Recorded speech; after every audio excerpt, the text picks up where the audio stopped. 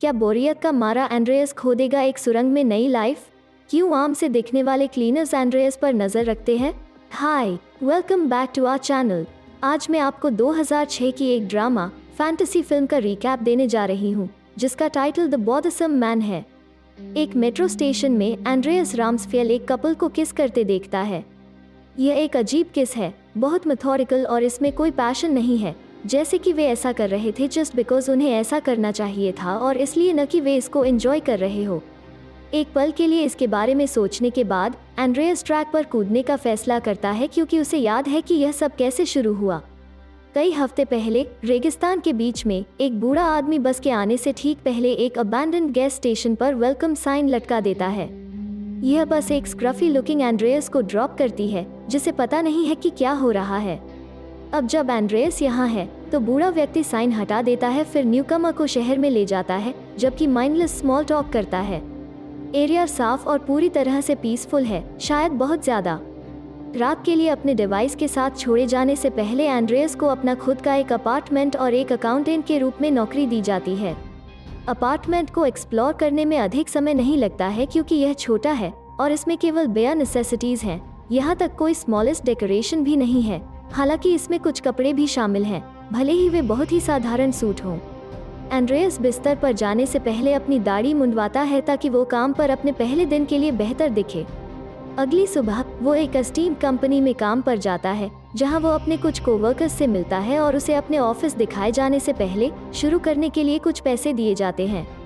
अपने अपार्टमेंट की तरह उसका ऑफिस छोटा है और केवल ज़रूरी चीज़ें हैं, इसलिए एंड्रेयस दिन नंबर पंच करके बिताता है। वो केवल लंच करने के लिए ब्रेक लेता है, जिसके लिए वो ऑफिस के पास एक बेंच पर जाता है। वापस जाते समय उसने सड़क के पार एक घर में कुछ डिस्टर्बिंग देखा, एक अपार्टमेंट की इमारत की रेलिंग में फंसे एक व्यक्ति का शरीर। एरिया में किसी को परवाह नहीं है, सभी अपनी लाइफ में बिजी है। जब सफाईकर्मियों का एक ग्रुप बिना किसी परवाह के शरीर को हटाने के लिए आता है, वे इसे कचरे के एक बैग की तरह समझते हैं जिसे बाहर निकाला जाना है। जब एंड्रेयस एक मोमेंट बाद अपने ऑफिस में लौटता है और खिड़की से देखता है, तो रेलिंग पहले ही साफ हो चुकी है और वहाँ कुछ भी अजीब होने का कोई निशान नहीं है। काम खत्म होने के बाद एंड्रेयस एक बार में जाता है, लेकिन उसके पास अकेले पीने का बहुत अच्छा समय नहीं होता है। जब वो बाथरूम में जाता है तो वो शिकायत करता है कि इस जगह पर शराब पानी की तरह है, क्योंकि इसका उस पर कोई इफेक्ट नहीं पड़ा है। उसके बगल में फर्श पर मौजूद आदमी यह कहते हुए डिसएग्रीड है कि यह हमेशा से ऐसा ही है, लेकिन एक स्टॉल के दरवाजे के पीछे से एक आवाज़ अग्रीड होती है।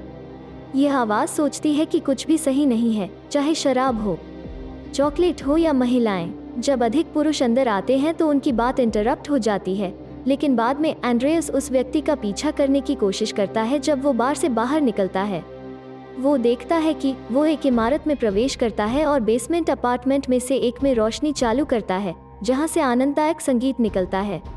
एंड्रेयस बस काम करने और टीवी के सामने टेस्टलेस खाना खाने की बोरिंग और माइंडलेस रूटीन फॉलो करता है।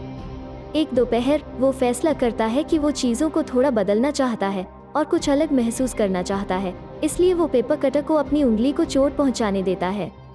जब उसके कोवर्कर्स उसे देखने आते हैं तो वे इस बात से परेशान नहीं दिखते कि उसने एक उंगली खो दी है, वे बस उससे पूछते हैं कि वो फर्श पर क्यों बैठा है।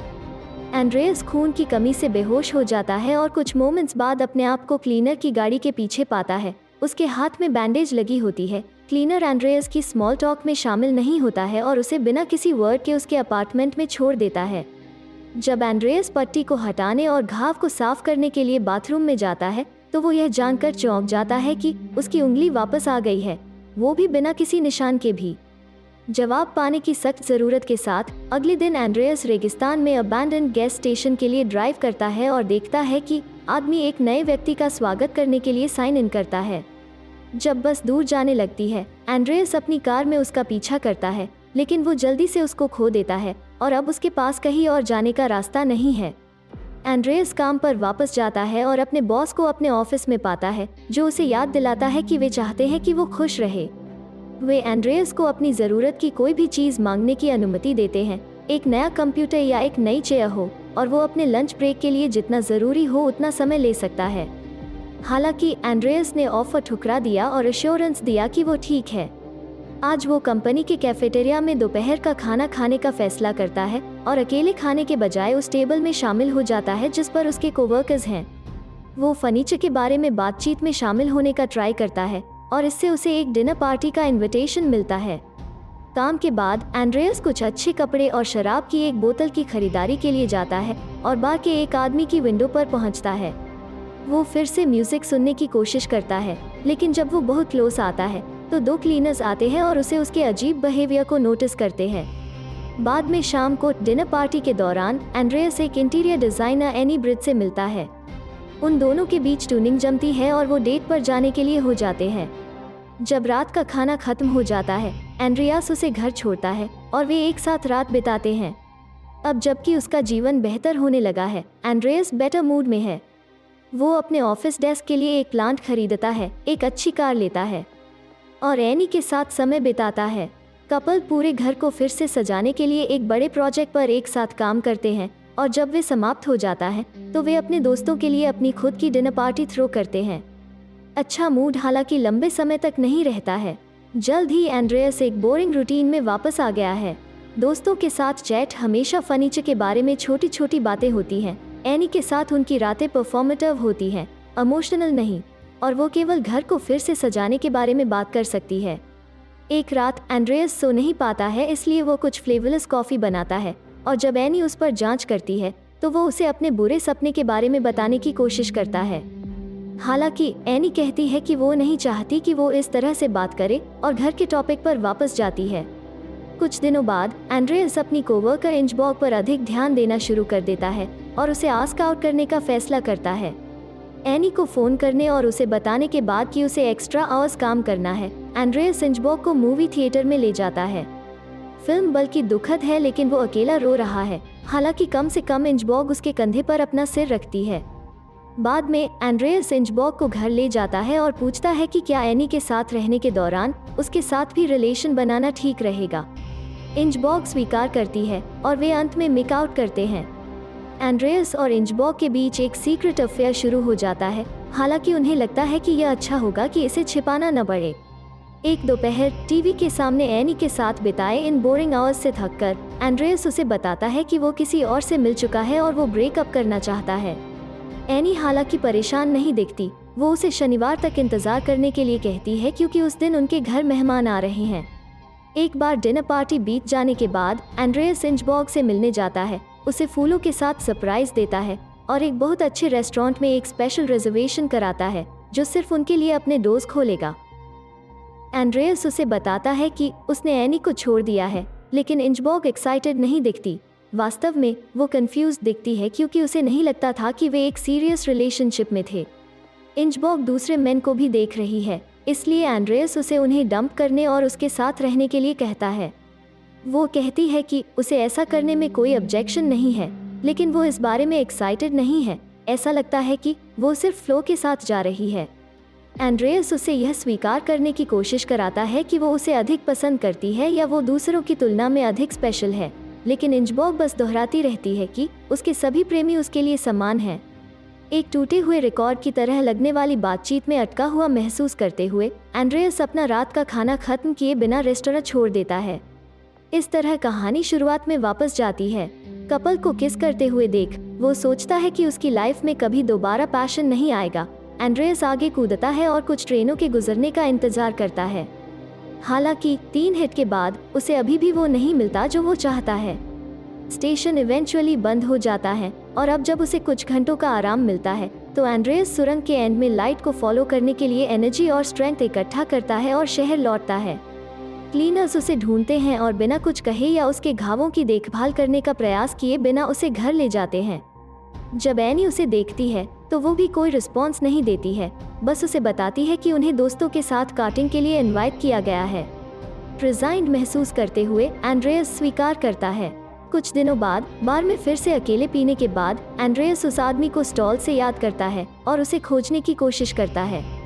वो अपनी खिड़की से फिर से प्यारा म्यूजिक सुन सकता है, इसलिए वो पीछे के कॉरिडोर में जाने के लिए बिल्डिंग के किनारे पर चढ़ता है और बेसमेंट तक पहुंचता है, जहां वो एंड में उस आदमी से मिलता है जिसका नाम ह्यूगो है। एंड्रेयस को ह्यूगो को उसे अंदर आने के लिए मनाना पड़ता है क्योंकि उसका नया दोस्त उसके छोटे से कमरे के अंदर जो कुछ भी है उसके लिए परेशानी में पड़ने से डरता है। एक पेंटिंग, लाइट बल्ब से भरी छत और दीवार पर एक छेद जहां से म्यूजिक आता है। वादा करने के बाद वो सीक्रेट रखेगा। एंड्रेस को ह्यूगो के साथ रहने और म्यूजिक सुनने की इजाज़त है। अगले दिन एंड्रेस काम पर डिस्ट्रैक्टेड रहता है, जो उसके मालिक का ध्यान आकर्षित करता है और उस पर जांच करता है। हालांकि जब एंड्रेस चॉकलेट के असली स्वाद को याद करने और आसपास के बच्चों को देखने के बारे में बात करना शुरू करता है, तो उसका बॉस अजीब हो जाता है और चला जाता है। फिर भी हार न मानने का दृढ़ संकल्प लेकर एंड्रेस एनी को बताता है कि वो देर से काम करेगा और ह्यूगो के कमरे में अपनी शाम बिताना शुरू कर देता है और डिफरेंट टूल्स के साथ होल बड़ा करने का ट्राई करते हैं। सबसे पहले ह्यूगो इसके खिलाफ है क्योंकि इससे वो पकड़े जा सकते हैं, लेकिन जब होल से एक प्यारी सी फ्रेग्रेंस भी आने लगती है तो ह्यूगो मदद करने का फैसला करता है। होल इवेंचुअली एक टनल बन जाता है और एंड्रेस और ह्यूगो इसमें बैठना पसंद करते हैं और म्यूजिक और बच्चों के हंसने की मनमोहक आवाज़ सुनते हुए कॉफ़ी पीते हैं। एक सुबह एंड्रेस यह पता लगाने के लिए काम पर जाता है कि उसे एक नए व्यक्ति के साथ बदल दिया गया है। उसका मालिक उसे बताता है कि वो उसे निकाल नहीं रहा है, बल्कि उसे एक नया करियर खोजने के लिए इंस्पायर कर रहा है। फिर भी जब एंड्रेस इमारत छोड़ देता है तो वो देखता है कि क्लीनर्स उसका इंतजार कर रहे हैं। पकड़े नहीं जाने के लिए एंड्रेस वापस अंदर चला जाता है और इसके बजाय पिछले दरवाजे से निकल जाता है। अब एंड्रेस के पास टनल पर काम करने के लिए दुनिया भर का समय है, जो इतनी बड़ी हो जाती है कि पड़ोसी भी उस मधुर फ्रेग्रेंस को सूंघने लगे और उसमें से निकलने वाला म्यूजिक सुनते हैं। वे ह्यूगो के दरवाजे पर दस्तक देने आते हैं, इसलिए वो उन्हें यह कहते हुए दूर भेज देता है कि वे एक लीक को ठीक कर रहे हैं, लेकिन यह केवल पड़ोसियों को खिड़की के बाहर इकट्ठा होने का कारण बनता है। आखिरकार वे टनल के एंड तक पहुंच जाते हैं और दीवार पर होल वास्तव में होता है। एंड्रेस इसके थ्रू अपना हाथ डालता है और यह एक सुंदर रंगीन ब्राइट घर में बाहर निकलता है, जिसकी दीवारों में बच्चों के बाहर खेलने की आवाज़ गूंजती है। एंड्रेस का हाथ चारों ओर लहराता है और वो कुछ फ्रेश बेक्ड केक को हथियाने में कामयाब होता है, जिसे वो खाने के लिए आगे बढ़ता है और इसका टेस्ट बेहद स्वादिष्ट होता है। उसे यह केक इतना पसंद आता है कि वो मुश्किल से रिस्पॉन्ड कर पाता है जब क्लीनर आखिरकार उसे और ह्यूगो को ले जाने के लिए आते हैं। कुछ मोमेंट्स बाद ह्यूगो को जाने दिया जाता है, लेकिन क्लीनर्स एंड्रियास को शहर के लीडर्स से मिलने के लिए ले जाते हैं, जो उसे बताते हैं कि लोग वहाँ खुश हैं और उन्हें उस पर प्राउड है। बाद में बूढ़ा आदमी अपनी कार में एंड्रियास और क्लीनर की एक जोड़ी लेने के लिए आता है, जबकि क्लीनर का एक अलग ग्रुप बेसमेंट में होल को सील कर देता है और सब कुछ साफ कर देता है। ऐसा लगता है कि वहाँ कभी कुछ था ही नहीं।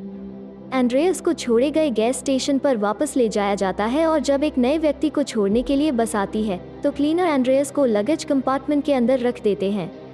जबकि एंड्रियास को ले जाया जाता है, शहर में जीवन नॉर्मल रूप से जारी रहता है। एनी और इंजबॉर्ग दोनों को नए बॉयफ्रेंड्स मिलते हैं और ह्यूगो अपनी पुरानी नौकरी पर वापस चला जाता है। एक बार जब वो सभी झटकों का यूज्ड टू हो जाता है, एंड्रियास बस के अंदर सो जाता है, तब तक नहीं जागता जब तक कि वो एंड में रुक न जाए।